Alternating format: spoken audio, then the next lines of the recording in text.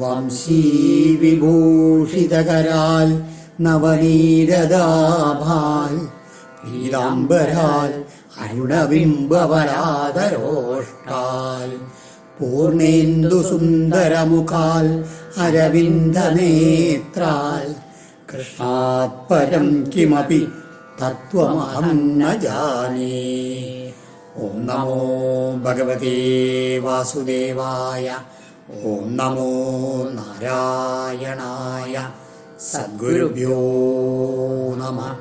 ശ്രീമദ് ഭാഗവതം ദശമസ്കന്ധം ഉത്തരാർദ്ധം അശീതിതമോധ്യായ 80ാമത്തെ അധ്യായം. ശ്രീരാമോ ഉപാഖ്യാനം ആണ് ഈ അധ്യായത്തിൻ്റെ പേര്. നമ്മൾ കുചേലവൃത്തം എന്നൊക്കെ മലയാളത്തിൽ പറയും. ആ കുചേലൻ എന്നുള്ള പേര് തന്നെ നമ്മളങ്ങനെ കുചേലെന്ന് പറയാൻ പാടില്ല. അത് യഥാർത്ഥത്തിലൊരു ശകാരപ്പേരാണ്. അദ്ദേഹത്തിൻ്റെ ശരിക്കുള്ള പേര് സുധാമാവ്, ശ്രീരാമാവ് എന്നൊക്കെ പറയുന്നത്. അതാണ് ശ്രീരാമോപാഖ്യാനം എന്നാണ് ഇതിന് പറയുന്നത് ചെയ്യുക. അതിന് ആദ്യമായിട്ട് പരീക്ഷിച്ച് ശ്രീ ശിവബ്രഹ്മർഷിയോട് ചോദിക്കുകയാണ്. രാജോവാച ഭഗവൻ യാനി ചാന്യാനി മുകുന്ദസ്യ മഹാത്മന വീര്യണ്യനന്തവീര്യസ്യ ശ്രോതുമിച്ഛാമി ഹേ പ്രഭോ. ശ്രോതുമിച്ഛാമി ഹേ പ്രഭോ. കോനു ശ്രുത്വാ സകൽ ബ്രഹ്മൻ ഉത്തമശ്ലോകസത്കഥ വിരമേത വിശേഷജ്ഞോ വിഷണ്ണ കാമമാർഗണൈ. ആ പരീക്ഷിത്ത് ചോദിക്കുകയാണ്, എന്താണ് ഹേ പ്രഭോ എന്ന് വിളിച്ചുകൊണ്ടാണ് അദ്ദേഹത്തിന് ചോദിക്കുന്നത്. ഭഗവൻ യാനി ചാന്യാനി മുകുന്ദസ്യ മഹാത്മന. അതായത് ആ അനന്തവീര്യത്തോടു കൂടിയിട്ടുള്ള ഭഗവാൻ, അതായത് ഒരിക്കലും അവസാനിക്കാത്ത പരാക്രമത്തോടു കൂടിയ മഹാത്മന മുകുന്ദസ്യ മഹാത്മാവായിട്ടുള്ള ശ്രീമുകുന്ദൻ്റെ അന്യാനി വീര്യാണി യാനി.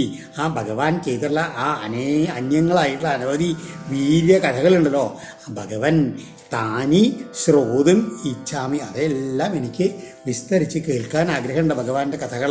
പിന്നെയോ കാരണം എന്താണെന്ന് വെച്ച് കഴിഞ്ഞാൽ ഭഗവാന്റെ കഥകൾ കേൾക്കാൻ കോനു ശ്രുത്വാ സകൽ ബ്രഹ്മൻ ഉത്തമ ശ്ലോക സത്കഥ. എന്താണ് ഈ എങ്ങനെയാണ് ഉത്തമ ശ്ലോകനായിട്ടുള്ള ഭഗവാന്റെ ആ സൽക്കഥകളെ, ഉത്തമ ശ്ലോക സൽക്കഥ ഏ ബ്രഹ്മൻ, ബ്രഹ്മജ്ഞാനിയായവനെ ആരാണ് എന്താണ് ഒരിക്കൽ കേട്ടു വെച്ചാൽ തൃപ്തി വരാതിരിക്കാന്ന് ചോദിക്കുകയാണ്. ആരാണ്? കാമമാർഗണൈ. അതായത് ഈ വിഷയങ്ങളുടെ അന്വേഷണങ്ങൾ അല്ലെങ്കിൽ കാമൻ്റെ ഓരോ മാർഗങ്ങളിൽ അല്ലെങ്കിൽ കാമൻ്റെ ബാണങ്ങളെ കൊണ്ട് വിഷാദിച്ചിരിക്കുന്നവനായിട്ടുള്ള ഒരു സന്നക്കാരൻ അതേ സമയത്ത് ആ ഭഗവത് കഥകളുടെ മാഹാത്മ്യം ഒരിക്കൽ കേട്ടു വെച്ചാൽ അതിൻ്റെ തത്വം സാരജ്ഞനായിട്ടുള്ള അയാളത് മറക്കില്ല ഒരിക്കലെന്ന് പറയുകയാണ്.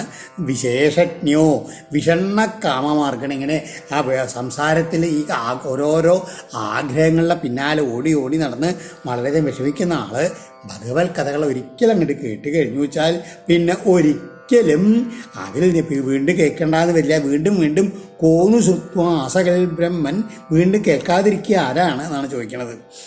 എന്നിട്ടോ നമ്മുടെ ഓരോ ഇന്ദ്രിയങ്ങളുടെ മഹത്വം എങ്ങനെയാകുമ്പോഴാണെന്ന് പറയണ. ആ തസ്യ ഗുണൻ ഗൃണീതേ കരൗചതൽ കർമ്മകരൗ മനശ്ച സ്മരേൽ വസന്തം സ്ഥിരജംഗമേഷു ശൃണോതിതൽ പുണ്യകഥ സകർണ. എന്തിനു വേണ്ടിയിട്ടാണ് നമുക്ക് ഓരോ ഇന്ദ്രിയങ്ങള്? തസ്യ ഗുണാൻ ഗൃണീതേ യയാ സാ വാക്ക്. അതായത് നമുക്ക് വാക്ക് എന്ന് പറഞ്ഞു കഴിഞ്ഞാൽ എങ്ങനെയായിരിക്കണം? ഭഗവാന്റെ ഗുണങ്ങളെ വാഴ്ത്തുവാൻ വേണ്ടിയിട്ടായിരിക്കണം വാക്ക്. എന്നാൽ മാത്രമേ അത് യഥാർത്ഥത്തിൽ വാക്കാവൂ.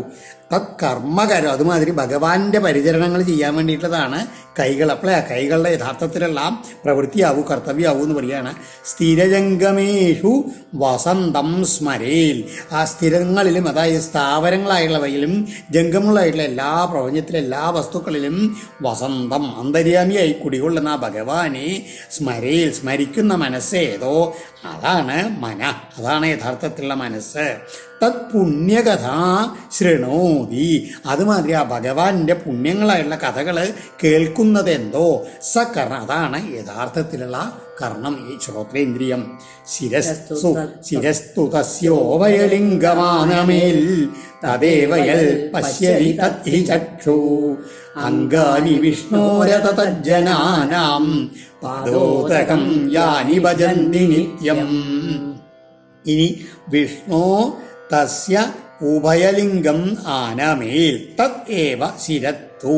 നമ്മളുടെ ശിരസ് എങ്ങനെ എപ്പോഴാണ് ശിരസ്സാവൂ? ആ ഭഗവാന്റെ ഇരു ശരീരത്തെയും, അതായത് എന്താണ് ഇരു ശരീരം എന്ന് വെച്ച് കഴിഞ്ഞാൽ സ്ഥാവരങ്ങളായിട്ടുള്ള പ്രതിമകൾ, അതുമാതിരി ചലിക്കുന്ന ഭഗവാന്റെ രൂപങ്ങൾ എന്താണ്? ഭഗവത് ഭക്തന്മാർ. അപ്പോൾ അവരുടെയൊക്കെ മുമ്പിൽ നമസ്കരിക്കാൻ വേണ്ടിയിട്ടുള്ളതാണ് ശിരസ് എന്ന് പറയുന്നത്. അതാണ് ഉഭയലിംഗം, ഇരു ശരീരത്തെയും വണങ്ങാൻ വേണ്ടിയിട്ടാണ് ശിരസ് എന്ന് പറയുന്നത്. പിന്നെയോ യൽ പശ്യതി തത് ഹി, അങ്ങനെയുള്ള ഭഗവാനെ ആരാണ് കാണുന്നത്? കാണാൻ വേണ്ടിയിട്ടാണ് കണ്ണുകളെ ചക്ഷു, അതാണ് കണ്ണുകളുടെ സാഫല്യം. അപ്രകാരം തന്നെ തജ്ജനാനാം പാദോദകം നിത്യം ഭജന്തി യാനി അംഗാനി എന്ന് മാത്രമല്ല, ആ ഭഗവത് ഭക്തന്മാരായിട്ടുള്ള ഭഗവാൻ തന്നെ ആയിട്ടുള്ള അവരുടെ അംഗങ്ങളുമായിട്ടുള്ള സ്പർശം, അല്ലെങ്കിൽ അവരുടെ പാദോദകം തങ്ങളുടെ ശിരസ്സിലെ അംഗങ്ങളൊക്കെ ധരിക്കുക. അതിനു വേണ്ടിയിട്ടാണ് ശരീരത്തിലെ ഓരോ അംഗങ്ങളും, അപ്പോഴേ അംഗങ്ങളുടെയും പ്രവൃത്തി സഫലമായി തീരൂ എന്ന് പറയുകയാണ്. അതായത് ഈ ശരീരത്തെ മനസ്സിലാക്കിയിട്ടുള്ള ഇതുവരെ ഭാഗവതം ശ്രവിച്ചിട്ടുള്ള പരീക്ഷത്ത് മനസ്സിലാക്കിയിട്ടുള്ള ഭക്തി പാഠങ്ങളാണ് ഇതൊക്കെ. അതായത് ഇങ്ങനെ കേട്ടുമ്പോഴേക്കും ഉണ്ടല്ലോ ആ പ്രഹ്ലാദൻ്റെ അംബരീഷിൻ്റെ ആ കഥകളൊക്കെ അങ്ങനെ ഓർമ്മ വരികയാണ് അദ്ദേഹത്തിന്. അപ്പോൾ പറയുകയാണ്, അത്തരം മഹാഭക്തന്മാരായിട്ടുള്ള ആൾക്കാരുടെ കഥ വീണ്ടും വീണ്ടും പറഞ്ഞു തരൂ എന്നാണ് ഇദ്ദേഹത്തിനോട് അപേക്ഷിക്കണത്. സൂതൗവാച വിഷ്ണുരാതേന സംപൃഷ്ടോ ഭഗവാൻ ബാദരായണി വാസുദേവേ ഭഗവതി നിമഗ്നഹൃദയോ ബ്രവീൽ.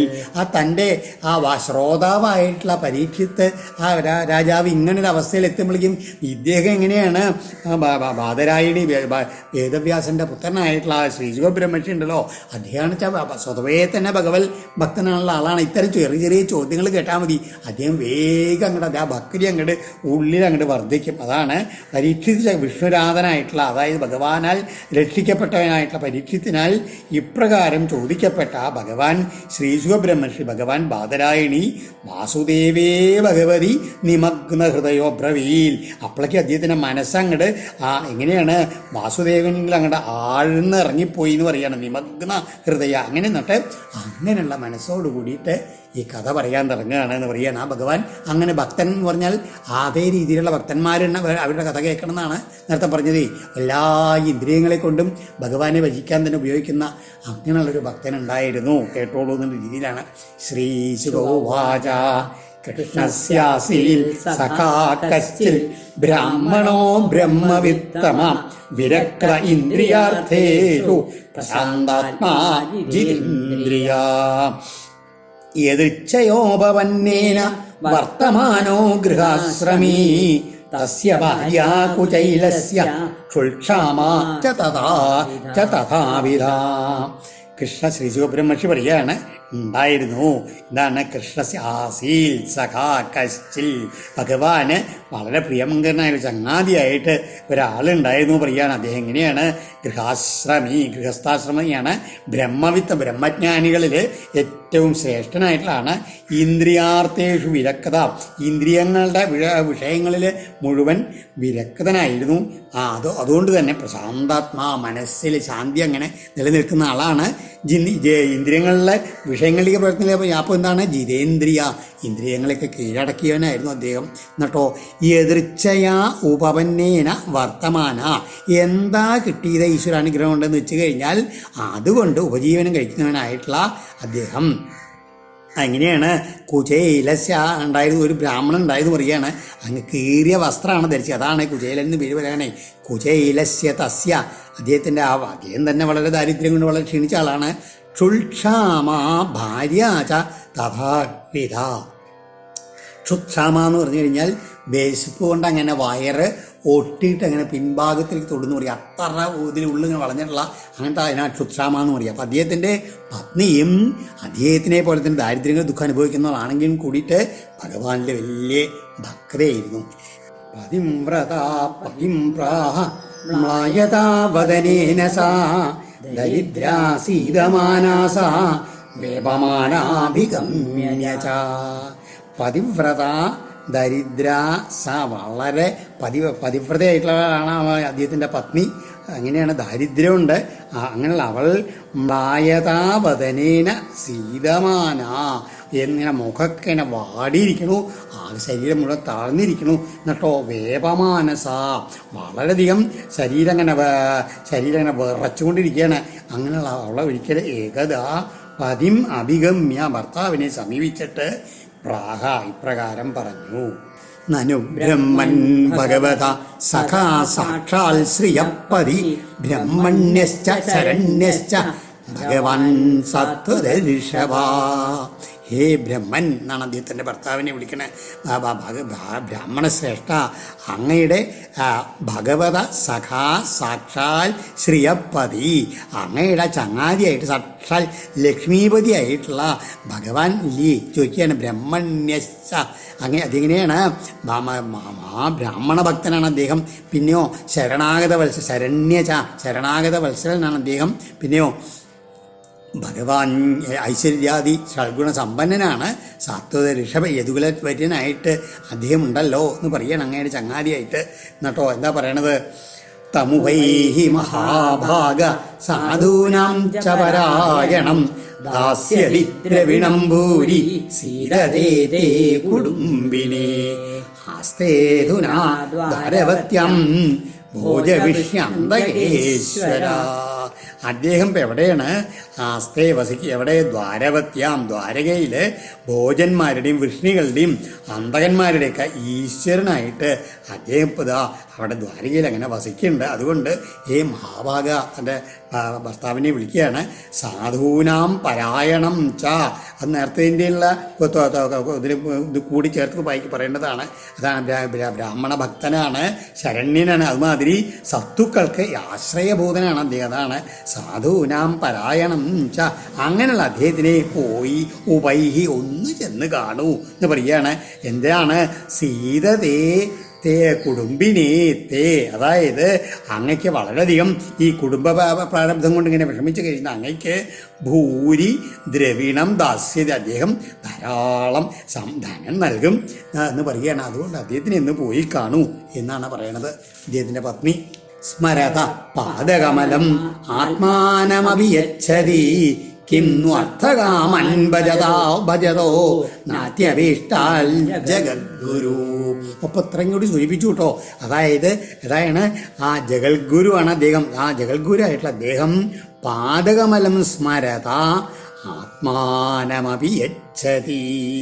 എന്താണ് ആ പാദകമലം സ്മരത? അതായത് തൻ്റെ പാദരവിന്ദങ്ങളെ സ്മരിക്കുന്നവന് തന്നെ തന്നെ നൽകുന്നവനാണ് ആ ഭഗവാൻ. ആലോചിച്ച് നോക്കൂ. അപ്പം പിന്നെ ഭജത, തന്നെ ഉപാസിക്കുന്നവന് നാട്യ അഭീഷ്ടൻ, വളരെയേറെ ഒന്നുമില്ലാത്ത അഭീഷ്ടങ്ങളായിട്ടുള്ള അല്ലാത്ത ഈ അർത്ഥകാമാൻ കിന്നു കൊടുക്കാതിരിക്കുമോ സംബന്ധിച്ച് ചോദിക്കുകയാണ്. അതായത് തന്നെ കൊടുക്കും ഭഗവാൻ. അദ്ദേഹത്തിനെ ഒന്ന് സ്മരിച്ചാൽ മതി. അപ്പം അദ്ദേഹത്തിനടുത്ത് ചെന്ന് ചോദിച്ചു ചോദിച്ചാൽ പിന്നെ നമുക്ക് വേണ്ടുന്ന തുച്ഛമായിട്ടുള്ള അർത്ഥകാമങ്ങളല്ലേ, അത് തരാതിരിക്കുമോ? തീർച്ചയായിട്ടും തരും എന്നാണ് പറയണത്. സ ഏവം ഭാര്യയാ വിപ്രോ ബഹുശ പ്രാർത്ഥിതോ മൃദു അയം ഹി പരമോ ലാഭ ഉത്തമ ശ്ലോക ദർശനം.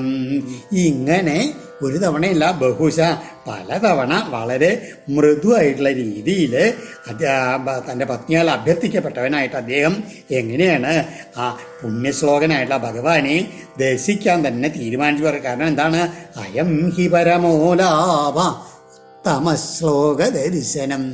എന്തായാലും അവിടെ പോയാൽ അദ്ദേഹം സമ്പാദിച്ചു തരിക ഒന്നും ഉണ്ടായില്ല, എന്തായാലും അദ്ദേഹത്തിന് ഇന്ന് കാണാൻ കഴിയുമല്ലോ, അതന്നെ പരമമായിട്ടുള്ള ഭാഗ്യമാണ് എന്ന് തീരുമാനിച്ചിട്ട് പുറപ്പെടാൻ പോവുകയാണ്. അപ്പോൾ അത് എന്താണ്, ഇതാണ് അദ്ദേഹത്തിന് കേട്ടത്. ഭാര്യ പറഞ്ഞതിലത്തെ ആ വാക്കുണ്ടല്ലോ, സ്മരത പാദകമലം ആത്മാനമഭിയച്ഛതി.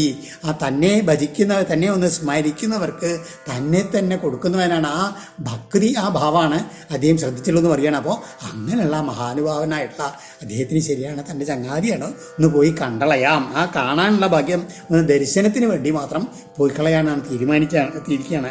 എന്നിട്ടോ ഇരി സഞ്ചിന്യ മനസാ ഗമനായ മതിന്തതേ അപ്യസ്ത്യുപായനം കിഞ്ചിൽ ഗൃഹേ കല്യാണിരീയതം. ഇരി സഞ്ചിന്യ മനസാ ഗമനായ മതിന്തതേ.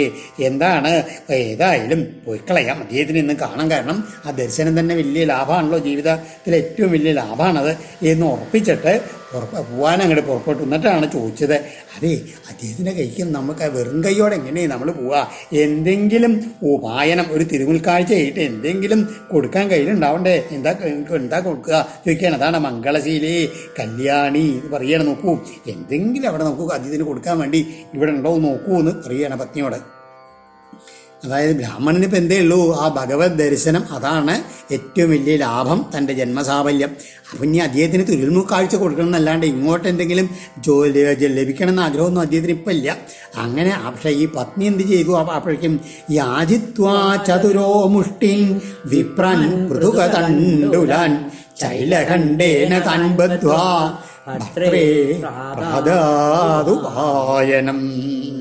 എങ്ങനെ ആ സാധ്വീരത്നമായിട്ടുള്ള ആ ദേവി എന്ത് ചെയ്തു, യാചിത്വ ഓരോ സമീപഗൃഹങ്ങളിലുള്ള ബ്രാഹ്മണരോടൊക്കെ യാചിച്ചിട്ട് ഒരു 4 പിടി നെല്ലിടിച്ച ആ അവില് കൊണ്ടുവന്നു. എന്നിട്ടോ അത് കൊണ്ടുപോയി പാത്രമൊന്നുമില്ല. അപ്പോൾ അതൊരു ഇങ്ങനെ ചൈലകണ്ടേന തൻബദ്ധ്വ, ഒരു തുണിക്കഷ്ണത്തിൽ തൻ്റെ ചേലയുടെ ഒരു കഷ്ണം തന്നെ കീറിയിട്ടാന്നൊക്കെ പറയുക. അത് കീറിയിട്ട് അതിൽ ഈ അവിലാണ്ട് കെട്ടിയിട്ട് എന്നാണ് ഉപഹാരമായിട്ട് ഭർത്താവിനെ ഏൽപ്പിച്ചു. അതാരാ, താൻ ബദ്ധ്വ ഭർത്രേ പ്രാദാതുപായനം. തൻ്റെ ഭർത്താവിൻ്റെ കയ്യിൽ കൊടുത്തു എന്നാവാം, അല്ലാന്നുണ്ടെങ്കിലോ മനസ്സുകൊണ്ട് ദേവിയെ, അപ്പോൾ ആ പത്നി ഉണ്ടല്ലോ, പത്നി അപ്പം തന്നെ മനസ്സുകൊണ്ട് ദേന്നിപ്പോൾ അങ്ങക്ക് തരുമോ നിശ്ചയില്ല, അങ്ങിതാ ഞാൻ തരുന്ന ഈ അവിൽ സ്വീകരിക്കണേന്ന് ഭഗവാനെ തന്നെ മനസ്സുകൊണ്ട് പ്രാർത്ഥിച്ചിട്ടാണ് അദ്ദേഹത്തിൻ്റെ കയ്യിൽ അങ്ങോട്ട് കൊടുത്തത്. കാരണം അദ്ദേഹം അറിയാം അവിടെ ചെന്ന ഭഗവാനെ കണ്ടു കഴിഞ്ഞാൽ അതൊക്കെ മറക്കുന്നറിയാം. അപ്പോൾ ഭഗവാനോട് തന്നെ ദേവി നേരിട്ടാണ് പ്രാർത്ഥിക്കുക ചെയ്ത്. അവിടെ ആ ഭർത്രേ എന്നുള്ളതിന് അങ്ങനെയും അർത്ഥം കൊടുക്കാം. സദാനാദായ വിപ്രാഗ്ര്യ പ്രയയൗ ദ്വാരകം കില കൃഷ്ണ സന്ദർശനം മഹ്യം കഥ്യം സ്യാൽ കഥം സ്യൽ ഇതി ചിന്തയൻ. അദ്ദേഹം ഇങ്ങനെ പോകുമ്പോഴേക്കും ഇതൊക്കെ മറന്നു. ആ അവില് കിഴി കട്ടത്ത് വെച്ചിട്ടുണ്ട്. എന്നിട്ടോ ആ സതാൻ ആദായ അത് കഴിച്ചിട്ട് വിപ്രാഗ്ര അദ്ദേഹം പ്രയയോ ധാരകയിലേക്ക് അങ്ങോട്ട് പോയി എന്ന് പറയാണ്. അങ്ങോട്ട് യാത്രയോട് പോയി. എന്നിട്ടോ കൃഷ്ണൻ എന്താ മനസ്സിൽ മാത്രമേ ഉള്ളൂ, കൃഷ്ണ സന്ദർശനം മഹ്യം. എങ്ങനെയാണ് ഞാൻ ഭഗവാനെ കാണുണ്ടാവുക, ആ ഭഗവാനെ ആ കാഴ്ചയെ പറ്റി അതിനെങ്ങനെ എങ്ങനെ ഉണ്ടാകുന്നുള്ള ഇതിനെ പറ്റി ചിന്തിച്ചുകൊണ്ട് ഒന്നും മാർഗത്തിനെ പറ്റി ഒന്നും അറിയാണ്ട് അങ്ങനെ നേരെ എങ്ങനെ നടന്നു പോയി എന്ന് പറയുകയാണ്. ത്രീണി ഗുൽമാന്യതീയായ തിസ്രകക്ഷശ്ച സദ്വിജ വിപ്രോഗമ്യാന്തകവിഷ്ണീനം ഗൃഹേഷു അച്യുതധർമ്മിണം ഗൃഹം ദ്വഷ്ടസഹസ്രാണം മഹിഷീണം ഹരേർദ്വിജ വിവേശൈകതമം ശ്രീമൽ ബ്രഹ്മാനന്ദം ഗതോ യഥാ. സ വിപ്രദ്വിജ, ആ ദ്വിജനായിട്ടുള്ള ആ ബ്രാഹ്മണൻ ത്രീണി ഗുൽമാനി തിസ്ര കക്ഷാച അതീയായ 3 ഗുൽമാനി, അതായത് രക്ഷാസങ്കേതങ്ങളെ രക്ഷാസൈന്യങ്ങളുടെ സങ്കേതങ്ങളെ, അതാണ് ഗുൽമങ്ങൾ എന്ന് പറഞ്ഞാൽ. പിന്നെയോ തിസ്ര 3 കക്ഷ 3 വീതികളെയും അങ്ങനെ കടന്നു ചെന്നു. അച്യുതധർമ്മിണം ഭഗവാന്റെ ഗുണങ്ങളുള്ളവരും അഗമ്യ അന്തകവിഷ്ണീനം സാധാരണക്കാർക്കൊന്നും കടന്നു ചെറ്റാൻ അഗമ്യന്മാരായിട്ടുള്ള അന്തകര വിഷ്ണികൾ അവരെയൊക്കെയുള്ള അനവധി ഗൃഹങ്ങളുണ്ട്. ഗൃഹേഷവും അതിൽ ഒരു എവിടെയാണ് ഭഗവാൻ എന്ന് പറയില്ല, ആ കൂട്ടത്തിൽ ഹരേ ദ്വഷ്ടസഹസ്രാണം ഭഗവാന്റെ പത്നിമാരുടെ 16,000 ഗൃഹങ്ങളുണ്ട്. അതിൽ ഒന്നിലേക്ക് ശ്രീമൽ ഏകതമം ഗൃഹം വിവേശ, അതിലേക്ക് ഏതോ ഒരു ഗൃഹത്തിലേക്ക്, പക്ഷെ അത് ഏതാണ്, എല്ലാം ശ്രീത്വം തുളുമ്പുന്ന ഗൃഹങ്ങളാണ്. അതിലെല്ലാം വെച്ച് ഒന്നിലേക്ക് അങ്ങോട്ട് കയറി ചെന്നു പറയുകയാണ്. അതെങ്ങനെയാണ് അദ്ദേഹം അറിഞ്ഞുകൊണ്ടല്ല, ബ്രഹ്മാനന്ദം ഗതായഥ, അതായത് ബ്രഹ്മാനന്ദമാവുന്ന ആ സമുദ്രത്തിൻ്റെ ഒഴുക്കിൽ പെട്ടിട്ട് അങ്ങനെ അങ്ങോട്ട് അവിടെ അങ്ങോട്ട് ഒളിച്ചെത്തിയെന്നേ പറയുകയാണ്. അത്ര ആനന്ദത്തിലാണ് അദ്ദേഹം നടന്നുകൊണ്ടിരിക്കുന്നത്. തം വിലോക്യ അച്യുതോ ദൂരാൽ പ്രിയാപര്യങ്കമാസ്ഥിത സഹസോത്ഥായ ചാഭ്യേത്യ ദോഭ്യാം പര്യഗ്രഹീമുദാ. തൻ്റെ വളരെ പ്രിയപ്പെട്ടവനായിട്ടൊരു ചങ്ങാതി വരുന്നുണ്ടെന്നുള്ളത് ഭഗവാൻ അങ്ങനെ രാവിലെ തൊട്ടങ്ങനെ കാത്തിരിക്കുകയാണ്. അങ്ങനെ ദൂരെ, അതായത് ദൂരാവിലോക്യ, ആ പെട്ടെന്ന് വളരെ ദൂരെ ഇങ്ങനെ ആ കൊടയൊക്കെ പിടിച്ച് വടിയും കുത്തി വരുന്ന തൻ്റെ ചങ്ങാതിയെ കണ്ടിട്ട് വിലോക്യ പ്രിയാപര്യങ്കമാസ്ഥിത അച്യുത, ശ്രീ ഭഗവാൻ തൻ്റെ പത്നിയുടെ കൂടെ അങ്ങനെ കട്ടിലുമിലങ്ങനെ ഇരിക്കുകയാണ്. ആ ഭഗവാൻ ദൂരത്ത് അങ്ങനെ കണ്ടു. എന്നിട്ടോ സഹസാ ഉത്ഥായ, പെട്ടെന്നാണ് എഴുന്നേറ്റ് മുതാ ഓടിച്ചെന്ന് എതിരേറ്റ് ചെന്നിട്ട് അദ്ദേഹത്തിനെ ദൗർഭ്യാംബല്യഗ്രഹീൽ, അദ്ദേഹത്തിന് രണ്ട് കൈകളെ കൊണ്ട് അങ്ങോട്ട് കെട്ടിപ്പിടിച്ചു. ഇവിടെ പല പക്ഷങ്ങളിലും പറയും എല്ലാ ഗൃഹങ്ങളും ഭഗവാന്റെ പത്നികളെല്ലാം ശ്രീമത്താണ്, എന്നാലോ അതിലൊന്നില്ലെന്ന് പറയും. പക്ഷേ ആ ശ്രീമത്തുള്ള വാക്കുകൊണ്ട് ഭഗവാൻ രുക്മിണിയുടെ ഗൃഹത്തിലേക്ക് തന്നെയാണ് കയറിയിരിക്കുന്നത്. രണ്ട് പക്ഷം പറയാറുണ്ട്. ചിലർ പറയും മിത്രവിന്ദയുടെ ഗൃഹത്തിലേക്കാണ് പോയത്, അവിടേക്ക് രുക്മിണി പിന്നീട് വന്നു ചേരാന്നൊക്കെ പറഞ്ഞ് കേരളീയരായിട്ടുള്ള ഭാഗവതന്മാർ അങ്ങനെയും പറയാറുണ്ട്. ഏതായാലും നമുക്ക് അത് വലിയൊരു വിഷയമല്ല. കാരണം ഭഗവാൻ അവിടെ രുക്മിണി ദേവിയൊക്കെ ഭഗവാൻ വിചാരിച്ചാൽ അവിടെ കൂടെ എപ്പോഴും രുക്മിണി ദേവി ഉണ്ടാവുമെന്ന് വിചാരിച്ചാൽ മതി. ഏതായാലും തൻ്റെ ഭക്തനെ അങ്ങോട്ട് ആലിംഗനം ചെയ്തു എന്നിട്ടോ സഖ്യു പ്രിയസ്യ വിപ്രഷേ അംഗസംഗാതി നിർവൃത പ്രീതോവ്യമുഞ്ചൻ അബിന്ദുൻ നേത്രാഭ്യാം പുഷ്കരേക്ഷണ. തൻ്റെ ചങ്ങാതി അങ്ങോട്ട് കെട്ടിപ്പിടിച്ചിട്ട് എങ്ങനെയാണ്, വിപ്രഋഷേർ അംഗസംഗാതി നിർവൃത, അദ്ദേഹത്തിൻ്റെ ആ ശരീരസ്പർശം കൊണ്ടുള്ള അത്യാനന്ദം കാരണം എന്ത് ചെയ്തു, പ്രീതനായിട്ടുള്ള പുഷ്കരേക്ഷണ ചെന്താമരക്കണ്ണൻ നേത്രാഭ്യാം അബിന്ദുൻവ്യമുഞ്ചൽ, തൻ്റെ കണ്ണുകളിൽ നിന്ന് അങ്ങനെ ആനന്ദാശ്രുക്കളെ എങ്ങനെ പൊടിച്ചു, അദ്ദേഹത്തിൻ്റെ ശരീരം അങ്ങനെ കണ്ണീരോടാണ് കുളിപ്പിച്ചു എന്ന് പറയുകയാണ്. അച്യുതൻ എന്ന് പറഞ്ഞാൽ എന്താണ്, ചുതി ഒരിക്കലില്ലാത്ത ആ ഭഗവാനാണ്. അഹോപവേശ്യ പര്യങ്കേ സ്വയം സഖ്യു സമർഹണം ഉപഹൃത്യാവനിജ്യാസ്യ പാദൗ പാദാവനേജനീ. ഹേ രാജൻ പരീക്ഷിത്തേ എന്ന് മാത്രമാണോ, അഥ ലോകഭാവന ഭഗവാൻ, ലോകത്തെ മുഴുവൻ ശുദ്ധീകരിക്കുന്നതിനായിട്ടുള്ള ഭഗവാൻ ശ്രീകൃഷ്ണൻ സ്വയം പര്യങ്കേ ഉപവേശ്യ, തൻ്റെ തന്നെ കട്ടിലിന്മേൽ അദ്ദേഹത്തിനെ കൊണ്ടുപോയിട്ട് ഇരുത്തിയിട്ട് സമർഹണം ഉപഹൃത്യ, വേണ്ട രീതിയിലുള്ള പൂജകളൊക്കെ ചെയ്യാനുള്ള ഒരു സാധനങ്ങളൊക്കെ പൂജാ സാമഗ്രികളൊക്കെ കൊണ്ടുവന്ന് അസ്യ സഖ്യു പാദൗ അവനിജ്യ, തൻ്റെ പ്രിയപ്പെട്ട സുഹൃത്തിൻ്റെ രണ്ടു കാലും കഴുകിച്ച് പാദാവനേജനി, ആ പാദതീർത്ഥജലം ശിരസാ അഗ്രഹീൽ, തൻ്റെ ശിരസിൽ അങ്ങനെ ധരിച്ചു. കേട്ടോ, അഗ്രഹീൽ ശിരസാരാജൻ ഭഗവൻ ലോകപാവന വെലിമ്പൽ ദിവ്യഗന്ധേന ചന്ദന അകരു കുങ്കുമയി. അതിനുശേഷം ചന്ദനം, അകരു, കുങ്കുമം തുടങ്ങിയിട്ടുള്ള ദിവ്യഗന്ധങ്ങളായാലൊക്കെ കൊണ്ട് അദ്ദേഹത്തിനെ ഇങ്ങനെ പൂശി ശരീരം മുഴുവൻ അങ്ങോട്ട് പൂശിച്ചു എന്നിട്ടോ പുരട്ടി. അതിനുശേഷം ധൂവൈർ സുരഭിർമിത്രം പ്രദീപാവലിവിർമുദാ അർച്ചിത്വാവേദ്യതാംബൂലം സ്വാഗതമബ്രവീൽ. സുരവിരി ധൂപൈ, അതായത് നല്ല സുഗന്ധമുള്ള പുഷ്പധൂപങ്ങളാലും നല്ല ദീപാവലികളാലും തൻ്റെ ആ ചങ്ങാതിയെ മുതാ അർച്ചിത്വ, സന്തോഷത്തോടു കൂടി അർച്ചന ചെയ്തിട്ട് താമ്പൂലവും ഗാംച, പശുവിനെയും ആവേദ്യ സമർപ്പിച്ചിട്ട് സ്വാഗതമബ്രവീൽ, അദ്ദേഹത്തിന് സ്വാഗതമരുളി.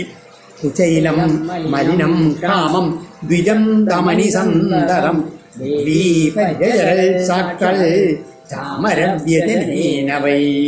ഇവിടെയാണ് ഈ കുചൈലം എന്നുള്ള വാക്ക് നിന്നാണ് ഇദ്ദേഹം കുചൈലം എന്നുള്ള പേരൊക്കെ ആൾക്കാർ പറയാൻ തുടങ്ങിയത്. അതായത് മലിനം ക്ഷാമം ധമനി സന്തതം കുചൈലം ദ്വിജം. അതായത് ശരീരം ഇങ്ങനെ വളരെയധികം മാലിന്യം കൊണ്ടൊന്നുമില്ലേ എന്നാണ് ആണ്. പിന്നെ മെലിഞ്ഞതാണ്, ഞരമ്പകളൊക്കെ ഇങ്ങനെ പെറുക്കിയെടുക്കാം അത്ര ഇതായിട്ടുള്ള അത്ര ശരീരം ഒട്ടിയിട്ടുള്ള ആളാണ്. എന്നിട്ടോ അവ കീറ വസ്ത്രമാണ് കൊടുത്തിരിക്കുന്നത്. അങ്ങനെയുള്ള ആ ബ്രാഹ്മണനെ ചാമര വ്യജന വെഞ്ചാമരത്താലുള്ള വിശറി കൊണ്ട് സാക്ഷാൽ ദേവി വൈ പരിചര സാക്ഷാൽ ശ്രീദേവി തന്നെ അദ്ദേഹത്തിനെ എങ്ങനെ പരിചരിച്ചു എന്ന് പറയുകയാണ്. അന്തഃപുരജനോ ദൃഷ്ട്വാ കൃഷ്ണേനാമലകീർത്തിന വിസ്മിതോഭുൽ അതിപ്രീത്യാ അവധൂതം സഭാജിതം.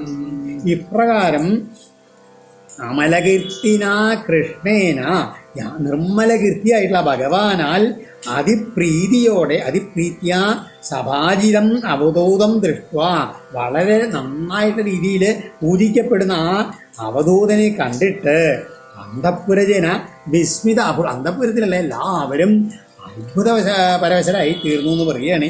ആരാണ് ഇത്ര ശ്രേഷ്ഠനായിട്ടുള്ള ഭഗവാൻ തന്നെ വന്ന് പൂജിക്കണത് എന്ന് പറയുകയാണ്. അതാണ് പറയണത്.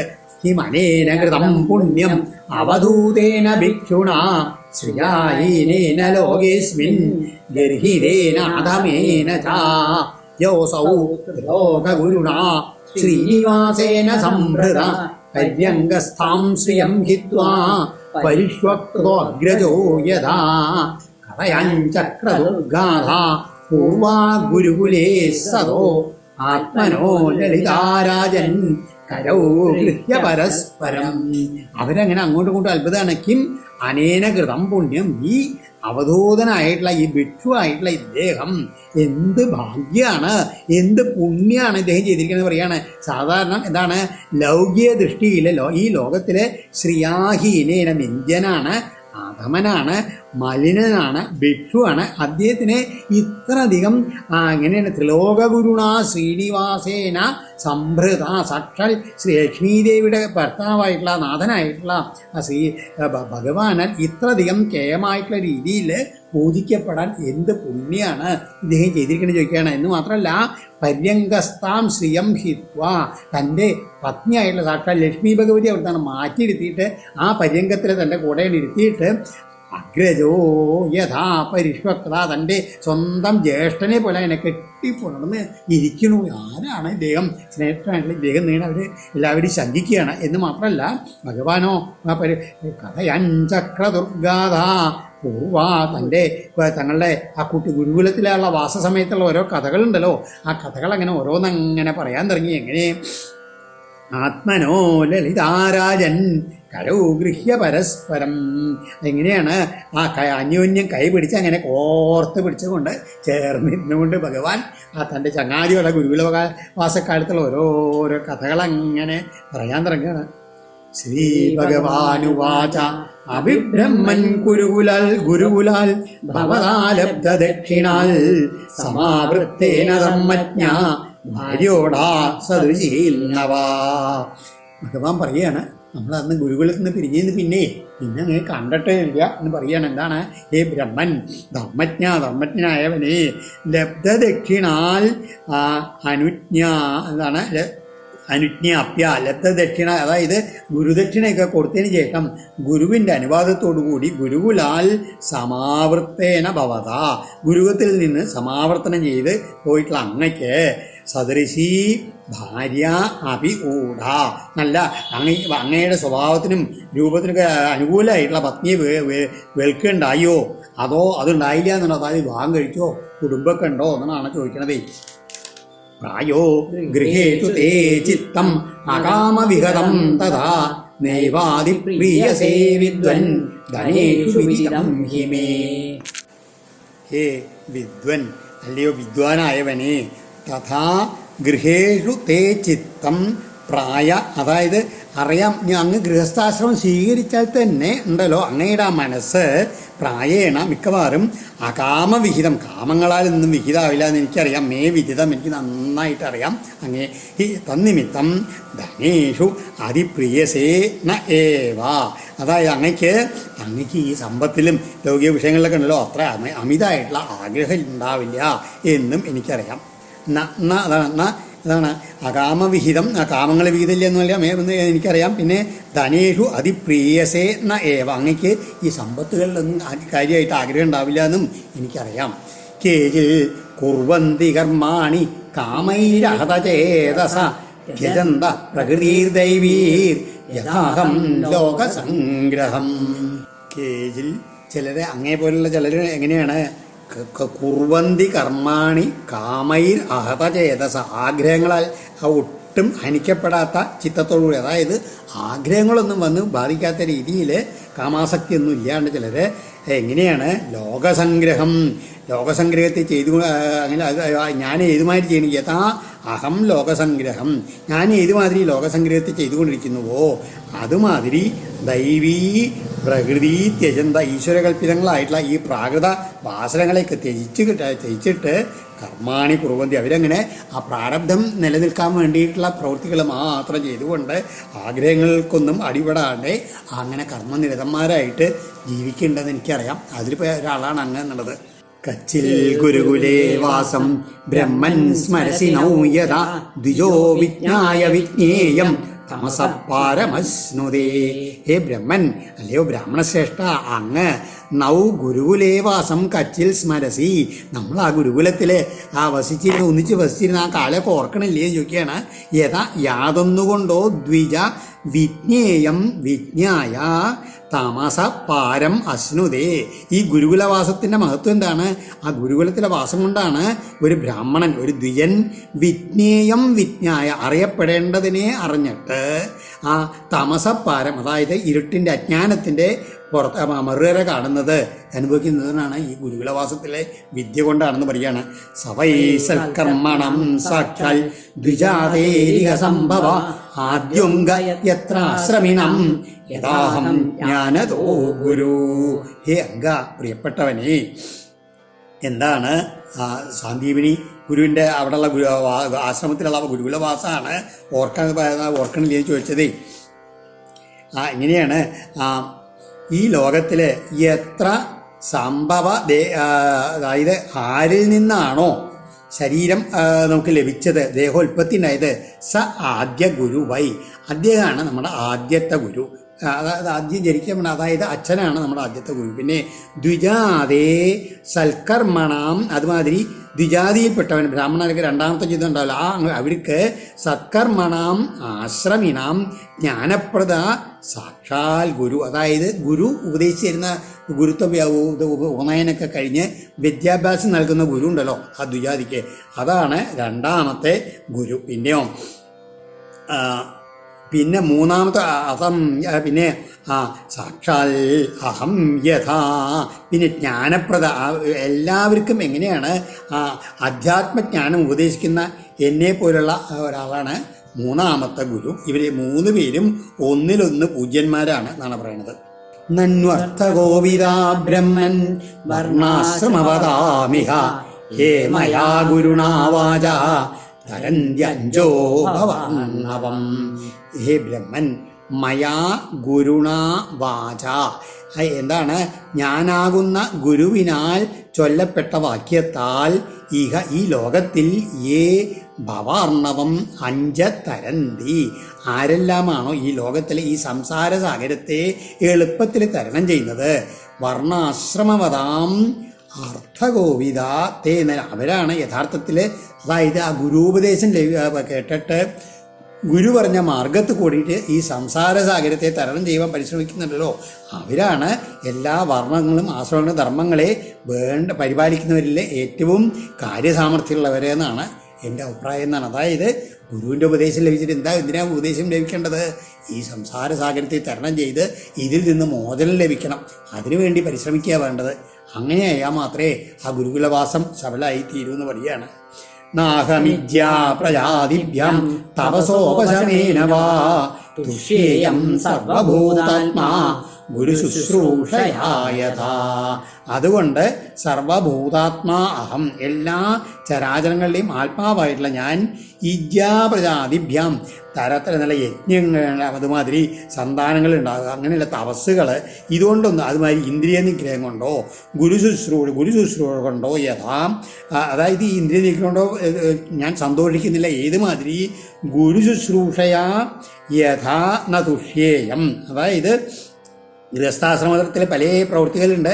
അതുമാതിരി യജ്ഞാദികളൊക്കെ ചെയ്യുക, ഉത്പാദനം നടത്തുക, അതൊക്കെയാണ് ഗൃഹസ്ഥാശ്രമത്തിലെ ധർമ്മം. പിന്നെ തപശ്ചര്യയാണ് വാനപ്രസ്ഥത്തിലുള്ള ധർമ്മം. ഇന്ദ്രിയ നിഗ്രഹമാണ് സന്യാസത്തിലുള്ള ധർമ്മം. ഇതുകൊണ്ടൊന്നും എങ്ങനെയാണ് ഈ അതിനേക്കാളിലൊക്കെ ശ്രേഷ്ഠമാണ് ഗുരുകുലവാസക്കാലത്തുള്ള ആ ഗുരു ശുശ്രൂഷ. അതിന് തുല്യമായിട്ട് അതിൽ ഞാൻ എത്രത്തോളം പ്രസാദിക്കണോ അതുമാതിരി ഈ മറ്റുള്ളത് കൊണ്ടൊന്നും ഞാൻ പ്രസാദിക്കില്ല എന്നാണ് ഭഗവാൻ പറയണത്. അതാണ് അത്രയധികം ശ്രേഷ്ഠമായിട്ടതാണ് ഈ ഗുരുകുലവാസവും ഗുരു ശുശ്രൂഷ എന്ന് പറയുകയാണ്. ബ്രഹ്മൻ വൃത്തം നിവസതം ഗുരൗ ഗുരുദാരൈശ്ചോദിതാനാം ഇന്ധനാനയനേ ക്വചിൽ. വീണ്ടും അദ്ദേഹം ഒന്നും ഉണ്ടാണ്ടങ്ങനെ ഭഗവാന്റെ വാക്കുകൾ മാത്രം അങ്ങനെ കേട്ടുകൊണ്ടിരിക്കേണ്ടത്, എന്തെങ്കിലും ഇദ്ദേഹത്തിനെ കൊണ്ടൊന്ന് പറയിക്കേണ്ടത് എന്നുള്ള രീതിയിലാണ്. വീണ്ടും നോക്കൂ, നമ്മൾ അന്നേ അവിടെ കഴിയണ കാലത്തൊരു സംഭവം ഉണ്ടായി, ഓർമ്മ ഉണ്ടോ എന്ന് പറഞ്ഞ് വീണ്ടും ഒരു കഥയിലേക്ക് കിടക്കുകയാണ്. ബ്രഹ്മൻ ഗുരൗ ദിവസതാം കോച്ചിൽ. അങ്ങനെ നമ്മൾ ആ ഗുരുകുലത്തിൽ വസിക്കുന്ന കാലത്ത് ഒരു ദിവസം ഗുരുദാരൈ, അതായത് ഗുരുപത്നിയാൽ ഇന്ധനാനയനെ വിറക് കൊണ്ടുവരാനായി ചോദിദാനം നിയോഗിക്കപ്പെട്ട വൃത്തം, നമ്മുടെ ആ കഥ അവിസ്മര്യത അന്നേക്ക് ഓർമ്മ ഉണ്ടോ ചോദിക്കുകയാണ്. ആ ഗുരുപത്നി പറഞ്ഞു നമ്മളോട് കാട്ടിൽ പോയിട്ട് വിറക് പറക്കി കൊണ്ടുവരാൻ പറഞ്ഞു. പ്രവിഷ്ടാനം മഹാരണ്യം അവർത്തൗ സുമഹൽ ദ്വിജ വാദവർഷമഭൂതീവ്രം നിഷ്ഠുരാസ്തനയിത്നവാ.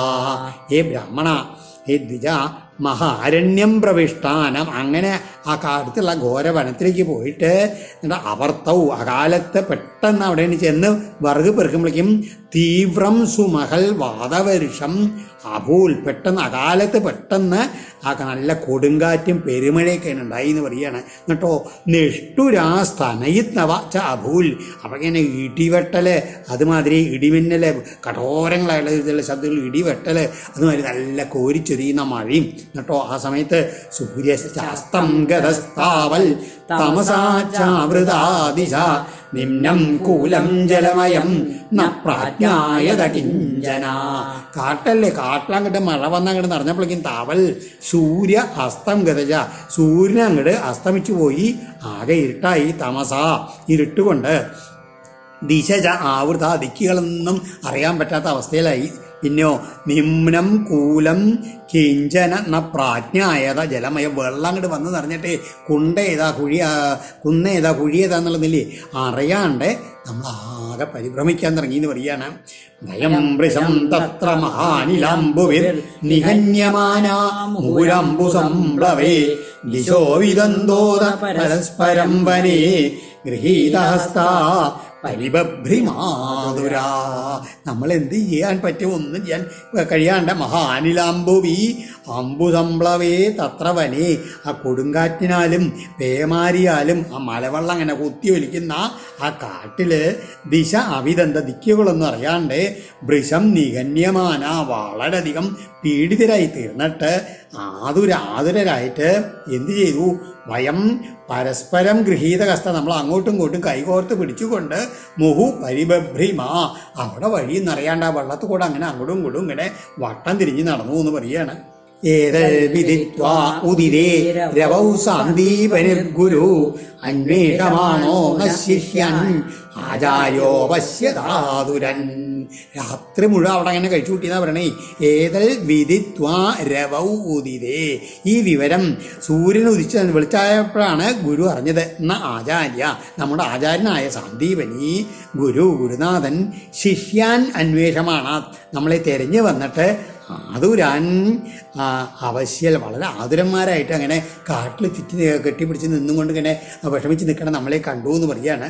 അഹോ ഹേ പുത്രകായൂയം അസ്മദർത്ഥേതി ദുഃഖിത ആത്മാവൈ പ്രാണിനം പ്രേഷ്ടമനാദൃത്യ മൽപരാ. ഹേ പുത്രക എന്ന് പറഞ്ഞിട്ടാണ് അദ്ദേഹം വിളിച്ചത് നമ്മളെ. പ്രാണിനാം പ്രേഷ്ട, ഒരു ജീവന്മാർക്ക് ജീവജാലങ്ങൾക്ക് ഏറ്റവും ഇഷ്ടമായിട്ടുള്ളത് എന്താണ്? ആത്മാവൈ, തങ്ങളുടെ ആത്മാവിന് അല്ലെങ്കിൽ തങ്ങളുടെ ശരീരം തന്നെയാണ്. മൽപരായൂയം തം അനാദൃത്യ, എന്നോടുള്ള ആ കായവശല്ലേ ഭക്തി കൊണ്ട് നിങ്ങൾ അതിനെയൊക്കെ അനാദരിച്ചുകൊണ്ട് വിലവയ്ക്കാണ്ട് ആസ്മദർത്ഥ എൻ്റെ കാര്യത്തിന് വേണ്ടിയിട്ട് ഇങ്ങനെ വളരെയധികം ദുഃഖിതരായി കഷ്ടമായി പോയി എന്നൊക്കെ ഗുരുവിന് വളരെയധികം അനുകമ്പ വന്നു നമ്മളോട്.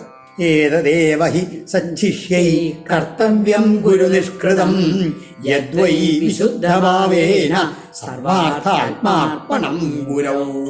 ചില ഗ്രന്ഥങ്ങളിൽ പ്രേഷ്ഠസ്തമനാദൃത്യ എന്നുള്ളതിന് ശ്രേഷ്ഠസ്തമനാദൃത്യ എന്ന് ഒരു പാഠാന്തരമുണ്ട്. ഏതദേവ ഹി സച്ഛിഷ്യൈ കർത്തവ്യം ഗുരുനിഷ്കൃതം യദ്വൈ വിശുദ്ധഭാവേന സർവാർത്ഥാത്മാർപ്പണം ഗുരൗ. എന്നിട്ട് ഗുരു കൂടി പറഞ്ഞു, വിശുദ്ധഭാവേന സർവാർത്ഥാത്മാർപ്പണം. ഏതാണ്?